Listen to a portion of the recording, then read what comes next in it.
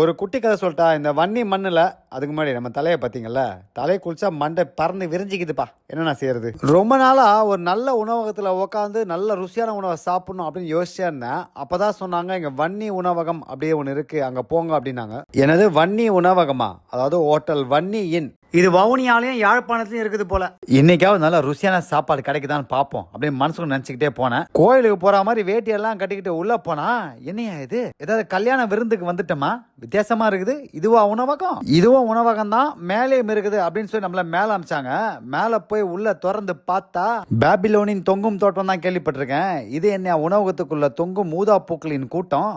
இந்த ஊதாப்பூ உணவகத்துல உணவு ருசியா இருக்கா பார்ப்போம் அப்படின்னு சொல்லி உள்ள போய் உட்காந்து நான் பண்ண முதல் வேலை என்ன தெரியுமா? என் முடியை கட்டினேன். ஏன்னா குழந்தைங்க எல்லாம் பயப்புதுப்பா. இப்ப எப்படி ஓரளவுக்கு மூஞ்சி பாக்குற மாதிரி இருக்குதா? இந்த முடியை கட்டி முடிக்கிறதுக்குள்ள நமக்கு இந்த மது இல்லா கலவை பானம் அதை கொடுத்தாங்க. அதாவது நான் ஆல்கஹாலிக் மொஹிட்டோ. என்ன அது? இந்த பானமும் நம்ம போட்டிருக்க சட்டையின் நிறமும் நம்ம கவனத்தை ஈர்க்குதுல, ரெண்டு ஒரே மாதிரி இருக்குது. சரி, அதை எடுத்து குடிச்சேன். உறிஞ்சி கோயில உறிஞ்சி குடிச்சப்போ உற்சாகம் பிறந்துச்சு.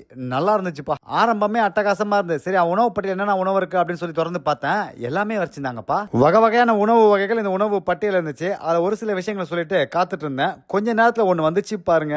இதுதான் சூடான வெண்ணெய் கணவாய் மீன், அதாவது ஹாட் அண்ட் பட்டர் கட்டல் ஃபிஷ். அது கூடவே ஒரு நீண்ட குடைமேலாக வறுத்து வச்சிருந்தாங்க. அது பார்க்கறதுக்கு நல்லா இருந்தது. சரி, முதல்ல அந்த கணவாயை கடிச்சு தின்னு பார்ப்போம் அப்படின்னு சாப்பிட்டா நல்லா இருந்ததுப்பா. நல்லா மொறுன்னு சுவையா இருந்தது. பிறகு இந்த கோழி பிரியாணி கொண்டு வந்து வச்சாங்க. அடேங்கப்பா, எம்புட்டு நாள் ஆச்சு இந்த மாதிரி கோழி பிரியாணியை பார்த்து. எனக்கு ஆர்வம் தாங்கல, ஏன்னா வாசனை தூக்கலா இருந்துச்சு. அது மட்டும் இல்லாம இது இலங்கை வகை கோழி பிரியாணி, பார்க்கறதுக்கு நம்ம ஊர் பிரியாணி மாதிரியே இருந்தது. பிரியாணி எல்லாம் ஒண்ணு தானே தம்பிகளா, பிரியாணி எல்லாம் ஒண்ணு கிடையாது. பிரியாணியை பத்தி நல்லா தெரிஞ்சவங்களுக்கு தான் அது தெரியும். இந்த இலங்கை வகை கோழி பிரியாணி வித்தியாசமான சுவையோட இருந்ததுப்பா. நல்லா காரசாரமா அம்சமா இருந்தது. நல்லா சாப்பிட்டேன் நான். சுமாரான சுவைக்க நம்ம நல்லா சாப்பிடுவோம். இதுவரை நல்லா சிறப்பா இருந்ததா, அடிச்சு நவுத்தினேன் நான். பிறகு வெண்ணெய் ரொட்டியும் அப்புறம் வெண்ணெய் கோழி மசாலாவும் கொண்டு வந்தாங்க.